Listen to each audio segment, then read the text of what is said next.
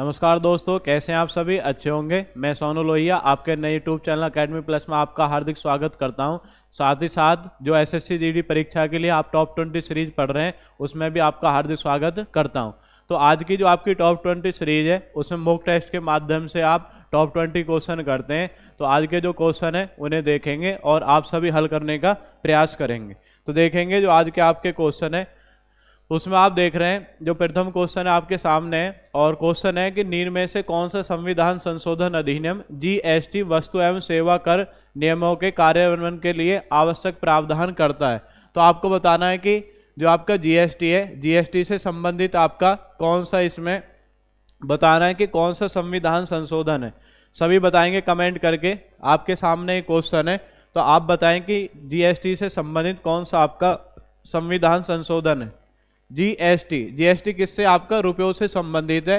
तो 101, तो 101 याद रखेंगे। 101 तो आपको याद रखना है जीएसटी रुपयों से। तो 101 आपका विशेष महत्व रखता है रुपयों में। 102 103 इतना नहीं रखता, लेकिन 101 जरूर आपका महत्व रखता है। तो याद रखेंगे 101वां संविधान संशोधन। 101वां संविधान संशोधन ये किस वर्ष किया गया? 2016। जबकि आप पढ़ते हैं जो जीएसटी कानून है, GST goods and service tax आप पढ़ते हैं, इसको वस्तु एवं सेवा कर, ये लागू कब हुआ था? ये लागू हुआ था 1 जुलाई 2017। कब लागू हुआ था जी? 1 जुलाई 2017। और आपने पढ़ा होगा जो भारत में जीएसटी मॉडल है, भारत में जीएसटी मॉडल कौन से देश से लिया गया है? कनाडा। और भारत में जीएसटी मॉडल लागू करने के लिए कौन सी कमेटी बनाई गई थी? विजय केलकर। कौन सी कमेटी है? विजय केलकर। और जीएसटी से संबंधित आप पढ़ते हैं जीएसटी परिषद। जीएसटी परिषद का जो उल्लेख है वो कौन से आर्टिकल में? 279A। कौन सा आर्टिकल है? 279A। और जीएसटी परिषद में कुल सदस्यों की संख्या अगर आपसे पूछे तो कितनी होती है? 33। अध्यक्ष कौन होता है? आपने पढ़ा होगा वित्त मंत्री। क्लियर हो गया? तो जीएसटी से संबंधित आपका था। नेक्स्ट आगे बढ़ते हैं, नेक्स्ट क्वेश्चन को देखते हैं। नेक्स्ट क्वेश्चन क्या है? नेक्स्ट, निम्नलिखित में से कौन सा एक युग्म सही सुमेलित है? तो आपको बताना है कि सही सुमेलित क्या है।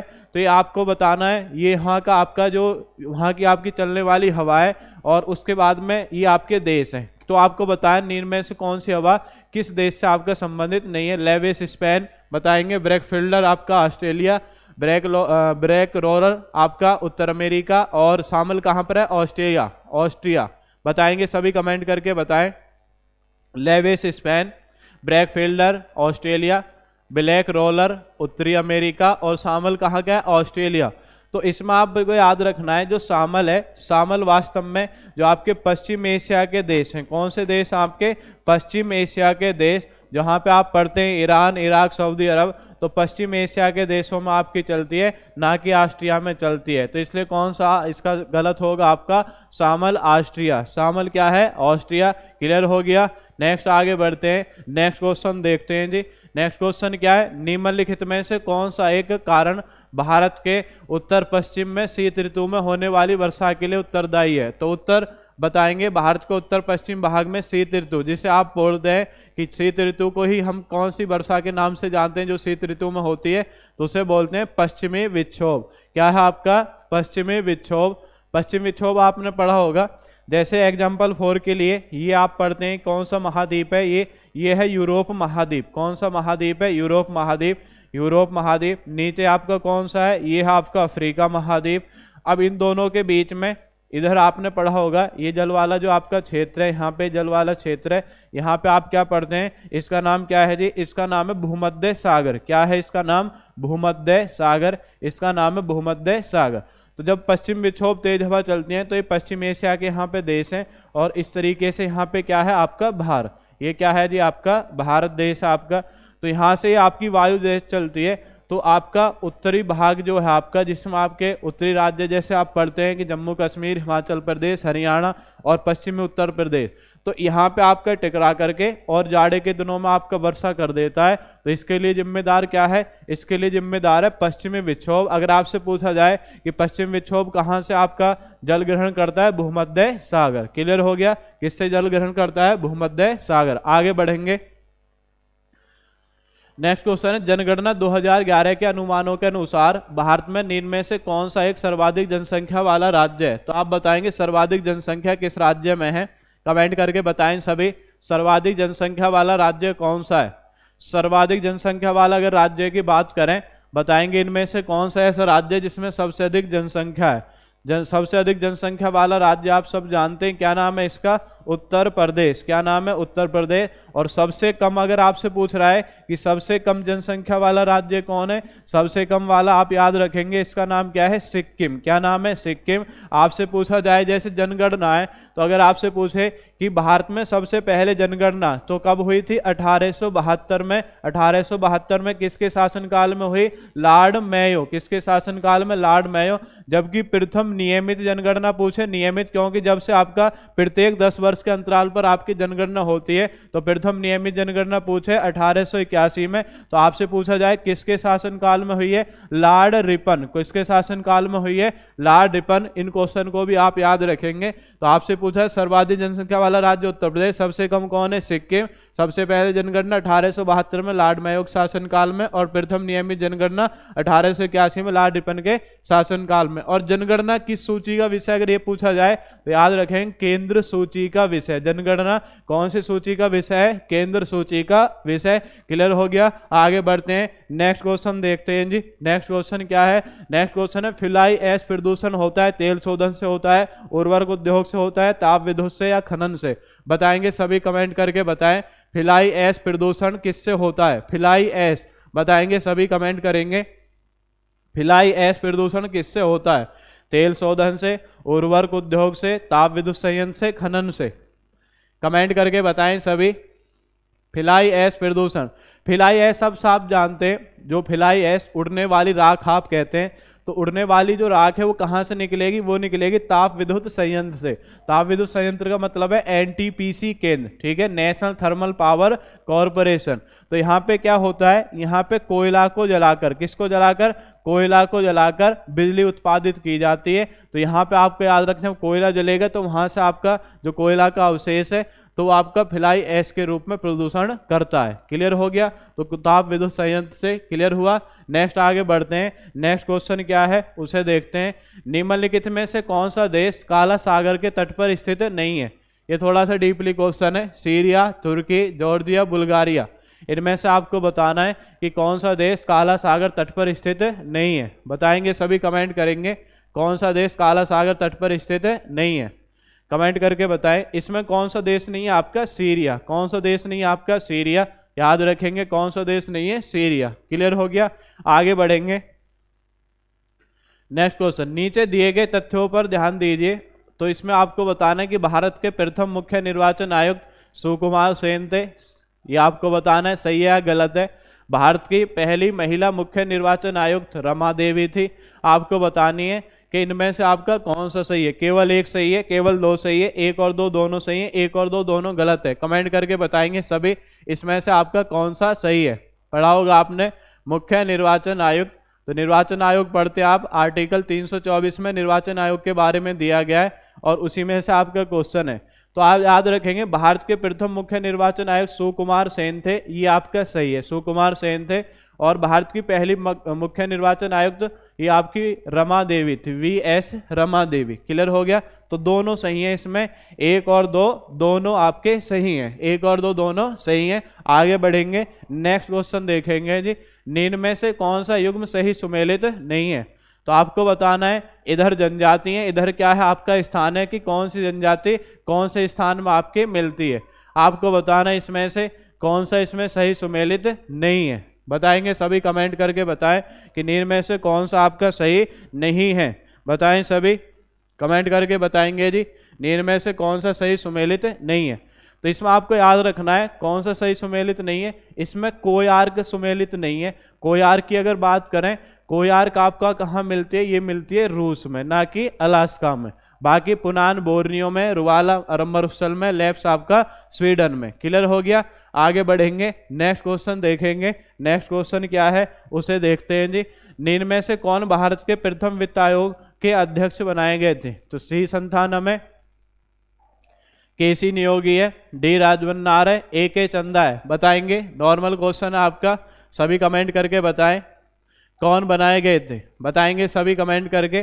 प्रथम वित्त आयोग, तो वित्त आयोग आप पढ़ते हैं, वित्त आयोग का गठन प्रत्येक 5 वर्ष के अंतराल पर होता है।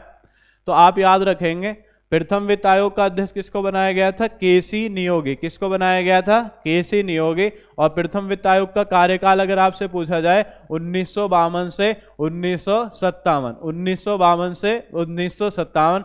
और आपसे पूछा जाए वित्त आयोग का गठन किस आर्टिकल में दिया गया है? वित्त आयोग का गठन कौन से आर्टिकल में? 280। कौन सा आर्टिकल है? 280, वित्त आयोग का गठन। आगे बढ़ेंगे, नेक्स्ट क्वेश्चन देखेंगे जी। सामान्य दृष्टि के लिए निम्नलिखित में से कौन सा विटामिन आवश्यक होता है? तो आपको बताना है कि सामान्य दृष्टि या आंखों के लिए कौन सा आपका विटामिन आवश्यक होता है। फोलिक अम्ल है, राइबोफ्लोविन है, नियासिन है या रेटिनॉल है? इनमें से आप बताएं कमेंट करके, इनमें से आपका कौन सा सही है, कमेंट करके बताएं सभी जी। आप पढ़ते हैं, आपने पढ़ा होगा विटामिन ए। विटामिन ए का रासायनिक नाम क्या है? रेटिनॉल। क्या है आपका? रेटिनॉल। और विटामिन ए की कमी से कौन सा रोग होता है? बताएंगे सभी कमेंट करके। विटामिन ए की कमी से कौन सा रोग आपका होता है? विटामिन ए की कमी से कौन सा रोग होता है? तो आपने पढ़ा होगा, इसका नाम क्या है? रतौंधी। कौन सा रोग है? रतौंधी। और रतौंधी रोग किससे संबंधित है? आंखों से संबंधित है। किससे? आंखों से।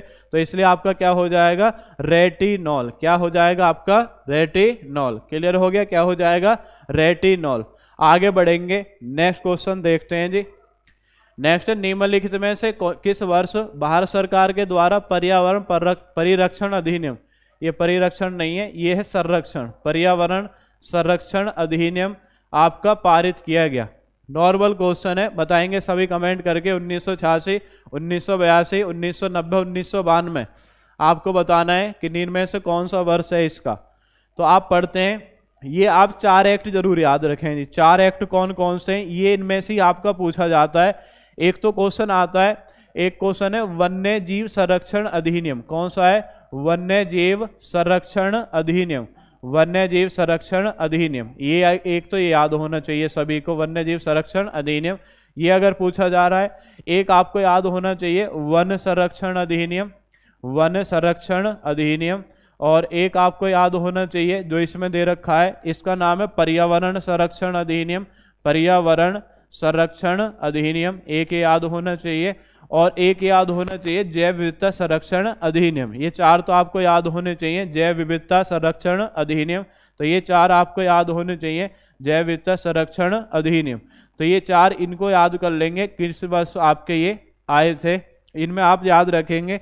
अगर आपसे पूछा जा रहा है वन्य जीव संरक्षण अधिनियम, इसे याद रखेंगे 1972, 1972 वन संरक्षण अधिनियम, 1980 पर्यावरण संरक्षण अधिनियम, ये है आपका 1986, 1986।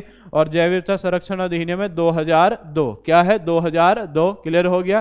तो आपको पर्यावरण संरक्षण अधिनियम पूछा है तो कौन सा सही हो जाएगा? 1986, 1986। क्लियर हुआ? आगे बढ़ते हैं, नेक्स्ट क्वेश्चन। 2011 की जनगणना के अनुसार, ये जनगणना से दूसरा क्वेश्चन है, के अनुसार किस राज्य का जनसंख्या घनत्व सबसे कम था? जनसंख्या घनत्व, पॉपुलेशन डेंसिटी आपको बतानी है।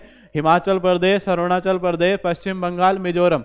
कमेंट करके बताएंगे सभी किस राज्य का आपका सबसे कम था, कमेंट करेंगे। 2011 की जनगणना के अनुसार, तो इसमें आप याद रखेंगे सबसे कम किसका था आपका? अरुणाचल प्रदेश। किसका था आपका? अरुणाचल प्रदेश।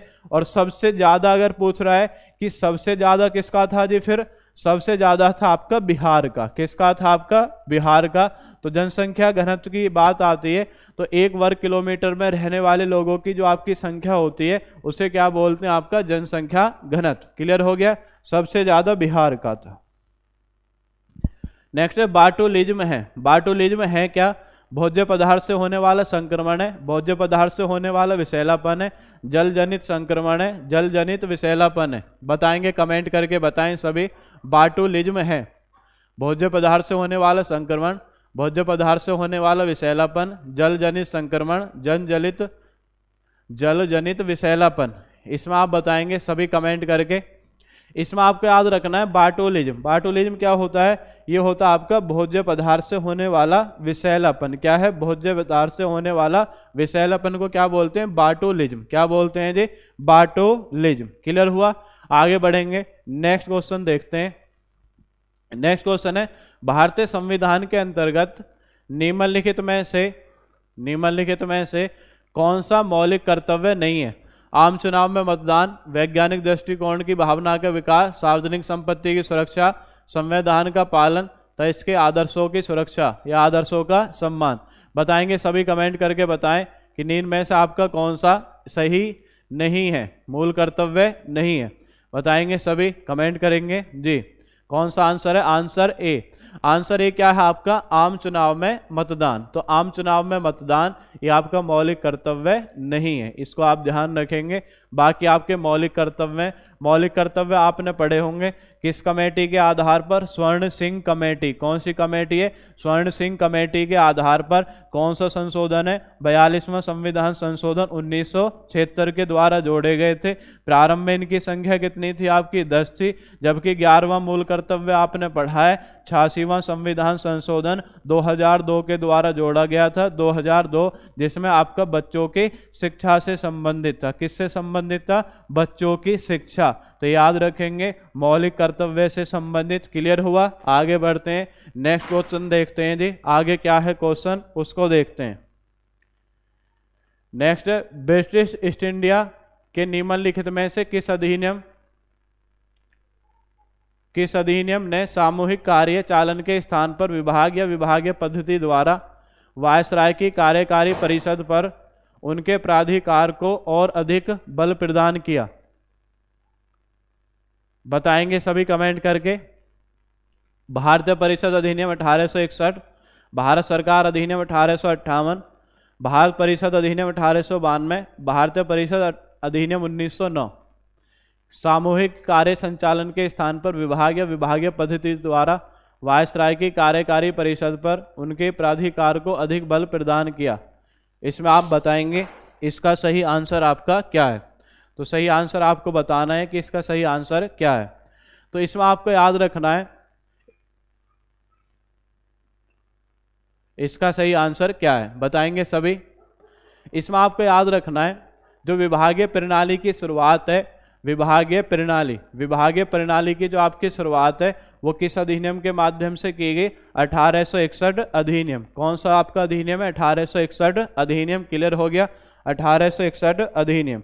आगे बढ़ते हैं, नेक्स्ट क्वेश्चन देखते हैं। निम्नलिखित में से कौन अन्य तीनों की तुलना में ज्यादा रोशनी को परिवर्तित करता है? तो सूर्य की जो ज्यादा रोशनी है उसको परिवर्तित करता है। आप बताएंगे जी कौन सा आपका इनमें से रेत का रेगिस्तान है, धान की खेती की भूमि है, ताजा बर्फ से ढकी भूमि है, और प्रेरी या समशीतोष्ण है। बताएंगे सभी कमेंट करके निम्न में से आपका कौन सा सही है?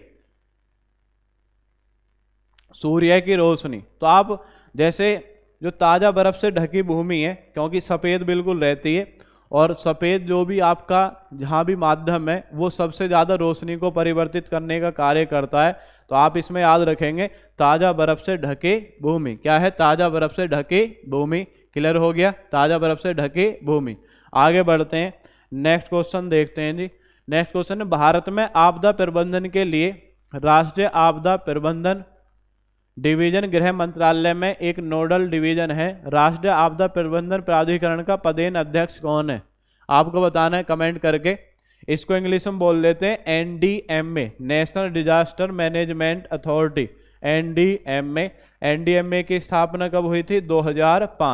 2005 में स्थापित हुआ। अब आपको बताना है कि इसके पदेन अध्यक्ष कौन होता है। तो पदेन अध्यक्ष आप कमेंट करके बताएंगे सभी, पदेन अध्यक्ष कौन होता है। तो पदेन अध्यक्ष की अगर बात करें तो कौन होता है आपका? प्रधानमंत्री। कौन होता है? प्रधानमंत्री इसका पदेन अध्यक्ष होता है। क्लियर हो गया? कौन होता है? प्रधानमंत्री। नेक्स्ट आगे देखेंगे, नेक्स्ट क्वेश्चन है, रक्त में निम्नलिखित में से किसकी उपस्थिति के कारण बिलू बेबी सिंड्रोम रोग होता है? बिलू बेबी सिंड्रोम आपको बताना है हीमोग्लोबिन है, मेट हीमोग्लोबिन है, लेड है या नाइट्रेट है। सभी बताएंगे कमेंट करके किसके कारण आपका होता है बिलू बेबी सिंड्रोम रोग। पढ़ा होगा आपने सभी ने बिलू बेबी सिंड्रोम रोग। बिलू बेबी सिंड्रोम रोग की अगर बात करें किसकी अधिकता से होता है? ये होता है आपका नाइट्रेट। किसकी अधिकता से होता है जी? नाइट्रेट की अधिकता से होता है। किसकी अधिकता से? नाइट्रेट की अधिकता से होता है। क्लियर हो गया? आगे बढ़ेंगे, नेक्स्ट क्वेश्चन देखेंगे जी। नेक्स्ट क्वेश्चन क्या है? नेक्स्ट क्वेश्चन को देखते हैं।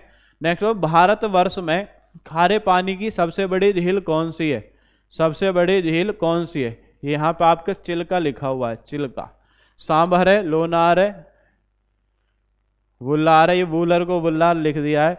क्या है आपका? ये वूलर, ये वूलर है। तो आपको बताना है कि कौन सी आपकी खारे पानी की सबसे बड़ी झील है। खारे पानी की सबसे बड़ी झील बताएंगे चिल्का, सांभर, लोनार या वूलर। आपने पढ़ा है इसमें एक तो क्वेश्चन ये है कि खारे पानी की सबसे बड़ी झील, खारे पानी की सबसे बड़ी झील अगर आपसे पूछ रहा है तो याद रखेंगे इसका नाम क्या है? सांभर। क्या है? सांभर। सांभर कहाँ पर है? सांभर झील आपका राजस्थान में। खारे पानी की तटीय पूछे, तटीय, खारे पानी की सबसे बड़ी तटीय झील पूछ रहा है तो याद रखेंगे कौन सी झील है? चिल्का झील। कौन सी है? ये है चिल्का झील। चिल्का झील कहाँ पर है? ओडिशा में। कहाँ पर है? ओडिशा में। अगर तटीय पूछे, तटीय क्योंकि ये समुद्र के किनारे आपका चिल्का झील उड़ीसा, और खाली सिंपल पूछ रहा है तो सांभर झील। भारत में मीठे पानी की सबसे बड़ी झील कौन सी है? मीठे पानी की आपकी वूलर झील। मीठे पानी की कौन है? वूलर झील। और ये कहाँ पर है? ये है आपका जम्मू कश्मीर में। अगर आपसे पूछा जाए विश्व में खारे पानी की सबसे बड़ी झील कौन सी है तो आपने पढ़ा होगा कैस्पियन सागर। कौन सी है? कैस्पियन सागर। कैस्पियन सागर कहाँ पर है? ये है आपका रूस में। कैस्पियन सागर कहाँ पर है? रूस में। और मीठे पानी की अगर आपसे पूछे, मीठे पानी की कौन से? सुपीरियर। कौन से आपके? सुपीरियर। सुपीरियर झील। सुपीरियर झील कहाँ पर है? कनाडा और यूएसए। कहाँ पर है? कनाडा व यूएसए। कहाँ पर है जी? कनाडा व यूएसए। क्लियर हो गया? कहाँ पर है? कनाडा व यूएसए। आगे बढ़ेंगे। इस सीरीज का जो लास्ट क्वेश्चन है उसको देखते हैं जरा। लास्ट क्वेश्चन है, इसमें ये थोड़ा सा मैंने ऐड किया था, इसमें ये क्वेश्चन पूरा नहीं था। नीचे दो कथन दिए गए हैं जिनमें से एक को अभिकथन ए और दूसरे को कारण आर कहा गया है। अब इसमें आपका क्वेश्चन है कि भारत में मंत्रिपरिषद सामूहिक रूप से लोकसभा के प्रति उत्तरदायी होती है। पहला ये है। दूसरा है कि राज्यसभा के प्रति उत्तरदायी होती है। अब इसमें ऑप्शन आपके दे रखे हैं अलग अलग, ऑप्शन आपके अलग अलग इसमें दे रखे हैं कि ए और आर दोनों सत्य हैं और आर ए की सही व्याख्या करता है। ए और आर दोनों सत्य हैं किंतु आर ए की सही व्याख्या नहीं करता। नेक्स्ट है ए सत्य है किंतु आर गलत है, और उसके बाद है ए गलत है और किंतु आर सत्य है। इसमें से आपको बताना है कौन सा सही है, कौन सा सही है। तो आप पढ़ते हैं जो मंत्रिपरिषद है, मंत्रिपरिषद सामूहिक रूप से वास्तव में किसके प्रति उत्तरदायी होती है? ये होती है लोकसभा के प्रति उत्तरदायी। कौन किसके प्रति उत्तरदायी होती है? लोकसभा के प्रति उत्तरदायी। राज्यसभा से इसका कोई मतलब नहीं होता। तो सामूहिक रूप से किसके प्रति उत्तरदायी होती है? लोकसभा के प्रति उत्तरदायी। तो ये आज की आपकी टॉप 20 सीरीज थी। टॉप 20 सीरीज में ये आपने टॉप 20 क्वेश्चन आपके पढ़े जो एसएससी जीडी के लिए आपकी सीरीज चलाई गई है, और इसमें टॉप 20 सीरीज के माध्यम से आपको जीएस से संबंधित टॉप 20 क्वेश्चन आपके दिए जाते हैं, और आप इसमें अपना प्रदर्शन देखते हैं कि आपने इसमें कितने प्रश्न किए या आप कितने प्रश्न इसमें हल नहीं कर पाए। इसी के साथ मैं आपसे विदाई लेता हूं। धन्यवाद। जय हिंद, जय भारत।